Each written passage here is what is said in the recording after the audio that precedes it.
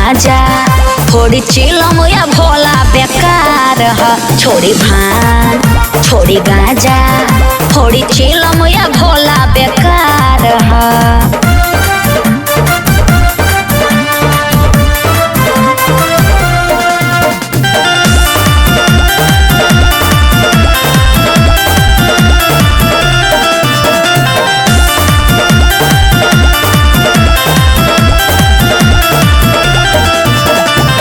जबल नायक भूख लगेला दिल के चैन ना होला हो।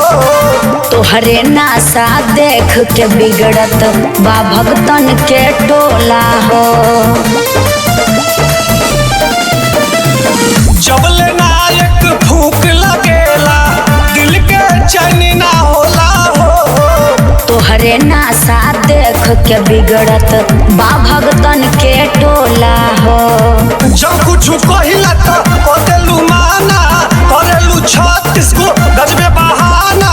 बोल तो हर बिचारे सुन ले छोड़ी भांग छोड़ी गाजा थोड़ी चिलम या भोला बेकार ह। छोड़ी भांग छोड़ी गाजा थोड़ी चिलम या भोला बेकार ह।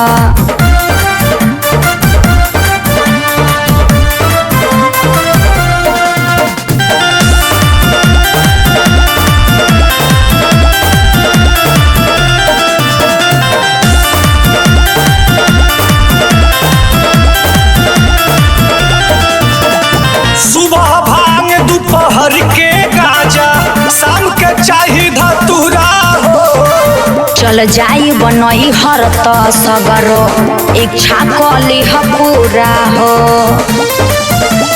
बात कहने की समझत सुबह भांग दोपहर के गाजा शाम के चाही धतूरा हो। चल जाई बनई हर त सगरो इच्छा कली ह पूरा हो।